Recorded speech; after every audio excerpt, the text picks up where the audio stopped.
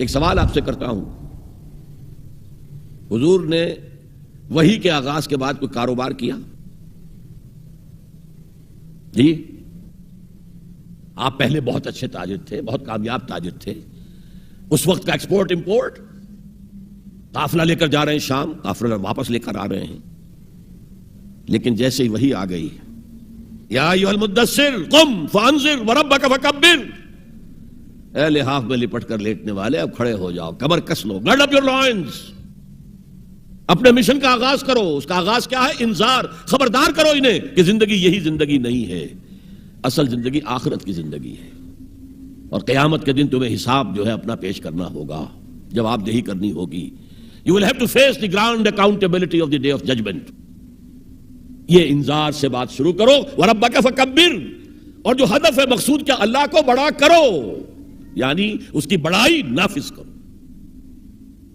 Parliament میں بھی اس کا حرف آخری ہو، لِتَكُونَ كَلِمَةُ اللَّهِ هِيَ الْعُلْيَا، تاکہ اللہ کا کلمہ سب سے اونچا ہو جائے۔ یہ نہیں کہ صاحب ہمارے تو 60% لوگوں نے یہ رائے دے دی ہے، بس اب ہم نہیں جانتے کہ قرآن میں کیا ہے یا کسی اور آسمانی ہدایت میں کیا ہے، تورات میں کیا ہے، انجیل میں کیا، ہم نہیں جانتے۔ اگر ہم اس کے خلاف جد و جہد نہیں کرتے تو اتباع میں کوئی حصہ نہیں ہمارا۔ جو اطاعت تھوڑی بہت ہم کر رہے ہیں وہ بھی جزوی ہے، کلی نہیں ہے، اسی لیے دنیا کی رسوائی وہ تو ہمارے ماتھے پر لکھی ہوئی ہے، ضربت علیہم الذلۃ والمسکنۃ وباؤوا بغضب من اللہ۔ آج ہمارا حال یہ ہے۔ تو اتباع رسول، محبت رسول کا تقاضا، وہی جد و جہد کرو، وہی جد و جہد کرو، اسی کا نام جہاد فی سبیل اللہ ہے۔ بدقسمتی سے خود ہم نے غلط انٹرپریٹیشن جہاد کی ہے، جس کی وجہ سے دشمنوں کو موقع ملا ہے۔ جہاد کے معنی جنگ، حالانکہ جہاد کے معنی تو جنگ نہیں ہے، جہاد جد و جہد کا نام ہے، کوشش۔ جوہد کے مقابلے میں آئے گی تو وہ جہاد ہے۔ جوہد یک طرفہ ہے تو جوہد ہے، اور دو طرفہ ہو رہی ہے، رسہ جو ہے آپ ادھر کھینچ رہے ہیں وہ ادھر کھینچ رہے ہیں، یہ جہاد ہے۔ آپ توحید کا پرچم اٹھائے ہوئے ہیں، توحید پھیلا رہے ہیں، وہ شرک پھیلا رہے ہیں، یہ جہاد ہے۔ کوئی مغربی ڈیموکریسی چاہتا ہے، کوئی سوشلسٹ ڈیموکریسی چاہتا ہے، ان کے درمیان رسہ کشی ہوگی کہ نہیں ہوگی، یہ جہاد ہے۔ قتال تو جہاد کی 9 منزلہ عمارت میں جا کے 9ویں منزل پر قتال فی سبیل اللہ، اور یہ دونوں قرآن کی اصطلاحات ہیں۔ ہم نے جہاد کو بھی جنگ بنا دیا، تو پھر تو اب ہر شخص کو قرآن میں جنگ ہی جنگ نظر آئے گی، جہاں جہاد کا لفظ آیا جنگ، جہاں جہاد کا لفظ آیا جنگ۔ اسی سے تو ان کو موقع مل گیا نا۔ اے نبی، آپ ان کافروں کی باتیں نہ سنیں، نہ ان کے باتوں میں آئیں، چاہے وہ صاف انکار کر رہے ہیں اور چاہے وہ کوئی مصالحت چاہتے ہیں کہ محمد کچھ نرمی دکھاؤ، کچھ ہماری مانو، کچھ اپنی منوا لو۔ یہ تم نے جو کل پیدا کر دی ہے، گھر گھر لڑائی ہو رہی ہے، اولاد ماں باپ سے جدا ہو گئی، بہن بھائی سے جدا ہو گیا، شوہر بیوی سے جدا، بیوی شوہر سے جدا۔ جو کہتے ہیں کہ a house divided amongst itself cannot stand، ہمارا تو تم نے قبائلی جو ہمارا روب تھا وہ ختم کر دیا دنیا میں۔ لہذا ایسا کرو، کچھ مصالحت کرو، کچھ اپنی منوا لو، کچھ ہماری مان لو۔ قرآن نے کہا وَدُّوا لَوْ تُدْهِنُ فَيُدْهِنُونَ فَلَا تُطِعِ الْمُكَذِّبِينَ، ان کی بات نہ سنیے۔ تو جہاد تھا جو ہو رہا تھا، جس کے لیے میں نے رات تقریر کی ہے، جہاد بالقرآن، فَلَا تُطِعِ الْكَافِرِينَ وَجَاهِدْهُمْ بِهِ جِهَادًا كَبِيرًا۔ یہ سورہ الفرقان کی آیت ہے نمبر 52، اور شروع کیسے ہوتی ہے سورہ الفرقان؟ تبارک الذی نزل الفرقان علی عبدہ لیکون للعالمین نذیرا۔ بڑی بابرکت ہے وہ ذات جس نے اپنے بندے محمد پر صلی اللہ علیہ وسلم یہ الفرقان نازل کر دیا تاکہ تمام جہان والوں کو خبردار کر دے، انذار، اور وہ پوری نوع انسانی کے لیے انذار۔ اسی میں آگے آتا ہے اسی صورت میں فلا تطع الکافرین، اے نبی آپ ان کافروں کی باتیں نہ مانیں، نہ سنیں، نہ توجہ دیں۔ وجاہدہم بہ، اس قرآن کے ذریعے سے جہاد کیجئے۔ 12 برس مکے میں قرآن کے ذریعے سے جہاد ہوا ہے، تلوار تو نہیں اٹھی۔ الٹا حکم یہ تھا کہ چاہے تمہارے ٹکڑے کر دیں، چاہے تمہیں آگ میں جلا دیں، you don't have to raise hands even in self defense۔ کفوا ایدیکم، اپنے ہاتھ بندھے رکھو، روکے رکھو، کوئی جوابی کارروائی نہیں۔ 12 برس، this was the order of the day۔ یہ جہاد بالقرآن، اس جہاد بالقرآن کے ذریعے سے لوگوں کو کھینچا گیا، پھر بیعت لے کر ان سے ان کو منظم جماعت بنایا گیا، پھر ان کا تزکیہ کیا گیا۔ تزکیہ کس بات کا؟ دل میں کوئی ولولہ، کوئی امنگ، کوئی حوصلہ، کوئی طلب، کوئی مقصود نہ رہ جائے سوائے اللہ کی رضا کے حصول کے اور آخرت کی فلاح کے حصول کے۔ جب تک پاک نہیں ہو جائے گا دل، جب تک دل سے ساری امنگیں ساری ایمبیشن نہیں نکل جائیں گی سوائے اللہ کو راضی کرنا اور آخرت کی فلاح طلب کرنا. یہ ہے تزکیہ. یتلو علیہم آیاتہ ویزکیہم ویعلمہم الکتاب والحکمہ. اگر اس نقش قدم پر آپ نہیں چل رہے تو حضور کے ساتھ محبت کا دعویٰ باطل ہے. آپ مسلمان ہیں، ٹھیک ہے، آپ مانتے ہیں انہیں اللہ کا رسول، اور آپ درود بھی بھیج دیتے ہیں، نماز میں بھی درود ابراہیمی ہے، سب کچھ ہے، لیکن یہ ہے کہ اتباع رسول محبت رسول کے بغیر نہیں. اور محبت رسول سے جو اتباع رسول وجود میں آتا ہے وہ ہے من انصاری اللہ. اور یہ سمجھ لیجئے، بس آخری نکتہ میں بیان کر رہا ہوں، اگر تو حضور کو بھی بھیجا گیا ہوتا صرف اہل عرب کے لیے تو آپ کی حیات طیبہ ہی میں مشن مکمل ہو گیا. جاء الحق وزهق الباطل ان الباطل كان زهوقا اذا جاء نصر الله والفتح ورأيت الناس يدخلون في دين الله افواجا. کام مکمل ہو گیا. لیکن حضور کو تو بھیجا گیا ہے پوری نوع انسانی کے لیے. وما ارسلناک الا کافۃ للناس بشیرا ونذیرا. اے نبی، ہم نے آپ کو نہیں بھیجا ہے مگر تمام انسانوں کے لیے بشیر اور نذیر بنا کر. کیا نتیجہ نکلا؟ جب تک پوری دنیا میں اللہ کا دین اسی طرح غالب نہ ہو جیسے حضور کے دست مبارک سے جزیرہ نماء عرب میں ہو گیا تھا، اس وقت تک ہنوز حضور کا مشن تکمیل کو نہیں پہنچا. یہ بات میں نے 5ویں جماعت میں پڑھی تھی. علامہ اقبال کی نظم شکوہ جواب شکوہ میں نے پڑھی، بانگے درا مجھے میرے بڑے بھائی صاحب نے بھیج دی تھی. ایک شعر تو وہ ہے بانگے درا کا جو میرے تحت الشعور میں کہیں چپک گیا تھا اور میری پوری زندگی کو اس نے ایک رخ پر ڈالا ہے. وہ زمانے میں معزز تھے مسلمان ہو کر اور تم خار ہوئے تارک قرآن ہو کر.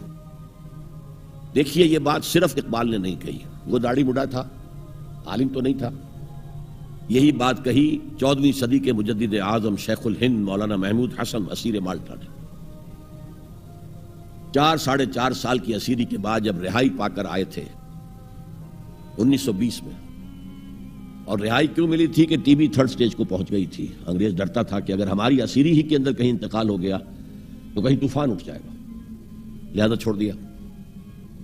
دیوبند میں ایک جلسہ منعقد ہوا اور وقت کے سارے بڑے بڑے علماء موجود، اشرف علی تھانوی صاحب موجود، شبیر احمد عثمانی صاحب موجود، مولانا حسین احمد مدنی موجود، ہمارے جو پاکستان میں مفتی محمد شفیع صاحب موجود. اور انہوں نے یہ واقعہ لکھا ہے اپنی کتاب میں وحدت امت میں کہ شیخ الہند نے کہا کہ ہم نے تو اپنی 4 سالہ دور اسیری میں جتنا ہی غور کیا ہے، ہمیں اپنے زوال کے 2 اسباب نظر آئے ہیں. ایک ہمارا قرآن کو ترک کر دینا، یہ لفظ ہے اس کے اندر، نوٹ کیجئے. حالانکہ علماء نے قرآن کو ترک کیا ہے، لیکن اگر آپ نے کہا نہیں تو یہ صحیح نہیں ہے، کیا ہے. ان کا سارا زور فقہ پر ہے، حدیث پر ہے، زیادہ زور قرآن پر نہیں ہے. صحیح بات ہے. کہنے والا کون ہے؟ شیخ الہند. ایک ہمارا قرآن کو ترک کر دینا اور دوسرا آپس کے اختلافات. اور مفتی شفیع صاحب نے اس کے اوپر پھر یہ گرہ لگائی کہ حضرت شیخ نے جو 2 باتیں کہی تھی حقیقت میں ایک ہی ہیں. ہمارے اختلافات بھی اسی لیے کہ ہم نے قرآن کو ترک کر دیا ہے. تو یہ ہے ایک شعر جو میرے ذہن میں چپک گیا تھا. پھر قرآن سے اللہ نے جو ایک مناسبت دی، ذہنی قلبی، اللہ کا شکر ہے، اللہ کا فضل ہے. دوسرا شعر وہ ہے کہ وقت فرصت ہے کہاں، کام ابھی باقی ہے، نور توحید کا اتمام ابھی باقی ہے. پورا کرہ ارضی جب تک کہ توحید سے جلوگر نہ ہو جائے اور اسلام کا ڈنکا نہ بج جائے اس وقت تک حضور کا مشن مکمل نہیں ہے. حضور حوالے کر کے گئے تھے امت کے. خطبہ حجۃ الوداع میں آپ نے سوال کیا الا هل بلغت، اور 1.25 لاکھ کے مجمع نے جواب دیا انا نشهد انك قد بلغت الرسالۃ واديت الامانۃ ونصحت الامۃ وكشفت الغمۃ. حضور ہم گواہ ہیں، آپ نے حق رسالت ادا کر دیا، حق امانت ادا کر دیا، مسلمانوں کی خیر خواہی کا حق ادا کر دیا، امت کی خیر خواہی کا، اور گمراہی کے پردے چاک کر دیے. 3 دفعہ حضور نے سوال کیا، 3 دفعہ جواب لے کر پھر آسمان کی طرف نگاہ اٹھائی اور انگشت شہادت سے اشارہ کیا اور پھر لوگوں کی طرف اللہم اشہد اللہم اشہد اللہم اشہد، اے اللہ تو بھی گواہ رہے، یہ مان رہے ہیں کہ میں نے پہنچا دیا. اسے میں کہا کرتا ہوں سائی آف ریلیف، کندھوں پر ایک بہت بڑا بھاری بوجھ آ گیا تھا، بہت بڑی امانت تھی قرآن، اس کے پہنچانے پر کیا کیا تکلیفیں اٹھائی ہیں، پاگل کہے گئے، مجنون کہے گئے، شاعر کہے گئے، ساحر کہے گئے، مسحور کہے گئے، کیا نہیں کہا گیا، اور پھر جو مارے کھائی ہیں، جو 3 سال کی شیب بنی ہاشم کے اندر اسیری تھی، جس میں کھانے پینے کی چیزیں گھاٹی میں داخل نہیں ہو سکتی تھی۔ ہماری جیلوں میں تو آپ کو کھانا تو ملتا ہے، وہاں تو کچھ نہیں تھا۔ پھر طائف کا پتھراؤ یاد کیجئے، پھر مکے سے نکلنا اور 3 دن رات ایک غار میں چھپے رہنا، پھر مدینے کے اندر آپ کو معلوم ہے غزوہ بدر آ رہی ہے، اس میں 70 اگر کافر مارے گئے تو غزوہ احد میں 70 صحابہ شہید ہو گئے، جن میں حضرت حمزہ بھی ہیں۔ 3 رشتے ہیں حضرت حمزہ سے حضور کے، چچا بھتیجا، سب کو بس یہی معلوم ہے، چچا بھتیجا، خالہ زاد بھائی، دودھ شریک بھائی، اور عربوں میں دودھ شریک بھائی حقیقی بھائی کے طور پر ہوتا تھا، اور ان کی لاش سامنے آئی ہے کہ ناک کاٹ لی گئی ہے، کان کاٹ لیے گئے ہیں، اور پیٹ چاک کر کے کلیجہ چبایا گیا ہے۔ یہ سارے بوجھ اٹھا کر اگر وہ حق تبلیغ ادا ہو گیا، اے اللہ یہ مان رہے ہیں، تو بھی گواہ رہے، اور پھر کیا کہا، فَلْيُبَلِّغِ الشَّاهِدُ الْغَائِبَ، اب جو یہاں موجود ہیں ان کا فرض ہے کہ ان کو پہنچائیں جو یہاں نہیں ہیں، اور یہ ابد الآباد تک کے لیے، قیامت تک کے لیے ہے۔ انا آخر المرسلین وانتم آخر الامم، میں آخری رسول ہوں، تم آخری امت ہو، اور تمہیں نکالا گیا دنیا والوں کے لیے۔ دنیا کی دوسری قومیں اپنے لیے جیتی ہیں، اپنی عظمت، اپنا بول بالا، اپنے مفادات، اپنی مصلحتیں، اور تمہیں دنیا والوں کے لیے جینا ہے۔ ہم تو جیتے ہیں کہ دنیا میں تیرا نام رہے، کہیں ممکن ہے کہ ساقی نہ رہے، جام رہے۔ یہ جام ہدایت کون گردش میں لائے گا اگر ساقی نہ ہو؟ ساقی امت مسلمہ ہے۔ یہ دوسری بات ہے کہ امت بھول گئی، خود ہی نہیں پڑھا، پڑھائیں گے کیا؟ خود ہی نہیں سمجھا، سمجھائیں گے کیا؟ بہرحال وقت فرصت ہے، کہاں کام ابھی باقی ہے، اور اس کی صحیح حدیثیں موجود ہیں کہ دنیا میں دوبارہ نظام خلافت علی منہاج النبوہ آئے گا، اور اب جب آئے گا گلوبل ہوگا۔ یہ ایک بہت بڑا تصادم آنے والا ہے، جسے کہ بائبل کے ماننے والے کہتے ہیں آرمگیڈون، بہت بڑی جنگ۔ اگر آپ کہیں ڈکشنری میں جا کر دیکھیں گے آرمگیڈون کے معنی تو لکھا ہوگا a very big war which will be fought between the forces of evil and good before the end of this world۔ اور حضور کی احادیث میں الملحمۃ العظمیٰ، عظیم ترین جنگ، الملحمۃ الکبریٰ، سب سے بڑی جنگ، اور اس میں یا تو ایک طرف ہوگا نیو ورلڈ آرڈر، وہ چاہتا ہے گلوبل ہو جانا، اور یہ حقیقت میں جیو ورلڈ آرڈر ہے۔ عیسائی دنیا اس وقت یہودیوں کے پنجے میں، شکنجے میں ہے۔ 100 سال پہلے دیکھ آیا تھا وہ دیکھنے والا مرد درویش اقبال، 1905 میں گیا تھا انگلستان، جرمنی، 1908 تک رہا تھا۔ وہ دیکھ کر آیا تھا کہ فرنگ کی رگے جہاں پنجے یہود میں ہے۔ آپ کو معلوم ہے جو ریئیکشن ہوا ہے بعد میں، جو کچھ ہٹلر نے کیا یہودیوں کے ساتھ، کہتے ہیں 60 لاکھ ہمارے مارے ہیں۔ کیوں؟ کہ انہیں احساس ہو گیا تھا انہوں نے اپنے شکنجے میں ہمیں کس لیا ہے، لہذا اس نے انتقام لیا ہے۔ بہرحال اب جو بھی ٹکراؤ ہونے والا وہ 2 نظاموں کا ہوگا، جسے ہنٹنگٹن نے کہا ہے کلیش آف سیویلائزیشنز، تہذیبوں کا تصادم آئے گا، اور اس میں دوسری تہذیب ہماری یا ہمارا نظام اس وقت دنیا میں کہیں نہیں ہے، لیکن دشمن کو معلوم ہے۔ ابلیس کی مجلس شورا میں علامہ اقبال نے ابلیس کے ترجمانی کرتے ہوئے کہا ہے اگر کوئی خطر مجھ کو تو اس امت سے ہے۔ ابلیس کہہ رہا ہے۔ پہلے اس میں آتا ہے ایک مشیر نے کہا جی جمہوریت کا دنیا میں بول بالا ہو رہا ہے، ہماری ابلیسی نظام تو ختم ہو جائے گا۔ اس نے کہا نہیں، ہم نے خود پہنایا ہے شاہی کو جمہوری لباس، ذرا آدم ہوا ہے خود شناس و خود نگر۔ تم نے کیا دیکھا نہیں مغرب کا جمہوری نظام، چہرہ روشن اندروں چنگیز سے تاریک تر، اس دی ڈکٹیٹرشپ آف دی کیپٹلسٹ۔ دوسرے نے کہا مشیر نے اجی وہ ایک اور مصیبت کھڑی ہو گئی ہے، وہ کارل مارکس نے کیا کر دیا ہے، میرے آقا یہ جہاں زیر و زبر ہونے کو ہے ہمارا ابلیسی نظام تو ختم ہو جائے گا۔ اس نے اس کو بھی رد کر دیا۔ کب ڈرا سکتے ہیں مجھ کو اشتراکی کو چگرد، یہ پریشان روزگار آشفتہ مغز آشفتہ ہو، کچھ نہیں کر سکتے۔ ہے اگر کوئی خطر مجھ کو تو اس امت سے ہے جس کی خاکستر میں ہے اب تک شرار آرزو، انگارے کے اوپر آ گئی ہے راکھ، اندر دہکتی ہوئی آگ ہے، جس کی خاکستر میں ہے اب تک شرار آرزو۔ خال خال اس قوم میں اب تک نظر آتے ہیں وہ، کرتے ہیں اشک سحر گاہی سے جو ظالم وضو۔ لیکن پھر کہتا ہے وہی ابلیس، جانتا ہوں میں یہ امت حامل قرآن نہیں. دیکھیے کت قدر صحیح عکاسی کر. مجدد وقت بھی کہہ رہا ہے ہم نے قرآن کو ترک کر دیا، اور مفکر امت کہہ رہا ہے کہ ہم نے قرآن کو ترک کر دیا، اور تم خار ہوئے تارک قرآن ہو کر. دونوں کی رائے متفق گردید رائے بو علی بارائے من، دونوں کی رائے مل گئی. بہرحال ابلیس کہتا ہے جانتا ہوں میں یہ امت حامل قرآن نہیں ہے، وہی سرمایہ داری بندہ مومن کا دین. جانتا ہوں میں کہ مشرق کی اندھیری رات میں بے ید بیضا ہے پیران حرم کی آستین. ان کی آستینوں کے اندر وہ ید بیضا والا ہاتھ نہیں ہے. عصر حاضر کے تقاضاؤں سے ہے لیکن یہ خوف، ہو نہ جائے آشکارا شرع پیغمبر کہیں. یہ تو تاریخ ادھر جا رہی ہے، اب نیا سنتھیسس کیا ہوگا؟ ملوکیت ختم ہوئی، جمہوریت آئی، جمہوریت نے کیپٹلزم کی شکل اختیار کر لی، اس کا جواب کمیونزم میں آیا، کمیونزم نے ڈکٹیٹرشپ کی شکل اختیار کی، وہ بھی آج بڑھ چکا ہے. اور فوکویاما جو ہے بغلے بجا رہا ہے کہ معلوم ہو گیا کہ ہمارے نظام سے بہتر کوئی نظام نہیں، دیکھو وہ پڑا ہوا ہے مرا ہوا مردہ یو ایس ایس آر کا اور کمیونزم کا. لیکن عصر حاضر کے تقاضاؤں سے ہے لیکن یہ خوف، ہو نہ جائے آشکارا شرع پیغمبر کہیں. الحذر آئین پیغمبر سے 100 بار الحذر، حافظ ناموس زن مرد آزما مرد آفرین. موت کا پیغام ہر نوع غلامی کے لیے، نہ کوئی فغفور و خاقاں نہ گدائے رہنشیں. کرتا ہے دولت کو ہر آلودگی سے پاک و صاف، منعموں کو مال و دولت کا بناتا ہے امین.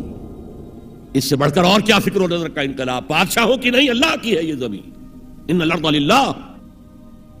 یہ نظام دبا ہوا ہے، راہ کے اندر چھپا ہوا ہے، لیکن وہ خوب جانتے ہیں کہ ان کے اندر وہ جذبہ ہے، اگرچہ ابھی وہ جذبہ بھٹک رہا ہے، صحیح رخ پر نہیں پڑ رہا. کہیں اس نے دہشت گردی کی شکل اختیار کر لی جو کاؤنٹر پروڈکٹیو ہے. فائدہ کیا؟ ایک ہاتھی کو آپ ایک سوئی چبو دیں، اسے پتہ بھی نہیں چلے گا کہ میرے جسم میں کوئی سوئی گئی. امریکہ ہاتھی ہے اور نشے میں دھت ہاتھی ہے، جس نے نہ یونائٹڈ نیشنز کی پرواہ کی، نہ ورلڈ کی رائے عامہ کی پرواہ کی، نہ اپنے جو یورپین الائز ہیں ان کی پرواہ کی، کسی کی پرواہ نہیں کی. وی شل گو اٹ الون، جسے جہاں آنا ہو آ جائے ورنہ نہیں. نشے میں دھت ہے. لیکن جب یو ایس ایس آر کا خاتمہ ہوا اور ادھر جو ہے نیٹو کو اثر نو منظم کرنے لگے، ایکسپینشن ہو رہی ہے، تو کسی نے پوچھا اس وقت کے نیٹو چیف سے کہ اب آپ کا جو دشمن تھا وہ تو ختم ہو گیا، وہ تو تمہارے قدموں میں پڑا ہوا ہے، تمہارے قرضے لے کر تو بمشکل وہ روٹی کھا رہا ہے، تو کیا ضرورت ہے اب نیٹو کی اور یہ سارا؟ ان کا ہمیں مسلم فنڈامنٹلزم سے خدشہ ہے، ڈر ہے. یہ ساری تیاری اس کے لیے ہو رہی ہے. ایک بہت بڑا تصادم ہوگا جس کے لیے کمر کسنے کی ضرورت ہے، لیکن اس میں یہ ہے کہ جو کمزوری ہماری ہے، ہم میتھڈالوجی آف دی پروفٹ صلی اللہ علیہ وسلم کو نہیں سمجھ پا رہے. یہ کام ایک دفعہ ہونا ہے، دوبارہ ہوگا اسی طریقے سے جس طریقے سے حضور نے برپا کیا تھا. آپ زمانے سے بورو کر کے، کمیونسٹوں سے ان کا طریقہ کار مانگ کر، یا یہ انتخابات کے ذریعے اسلام نہیں آ سکتا. وہ آئے گا through the revolutionary process to be derived from the سیرہ of محمد صلی اللہ علیہ وسلم. بہرحال اس کے لیے کمر کسیں. اتباع رسول جو ہے دل میں ارادہ تو ابھی سے باندھیں کہ ہمیں کرنا ہے، اللہ تعالی ہمیں اس کی توفیق عطا فرمائے. تو حب رسول کا تقاضا اتباع رسول، اور اتباع رسول کیا؟ حضور نے اپنی زندگی کھپائی کس کام کے لیے؟ دین کی دعوت و تبلیغ اور دین کو قائم کرنے کی جد و جہد. اللہ تعالی ہمیں اس کے لیے اپنا عزم مصمم کرنے کی توفیق عطا فرمائے. اقول قولی ھذا واستغفر اللہ لی ولکم ولسائر المسلمین والمسلمات.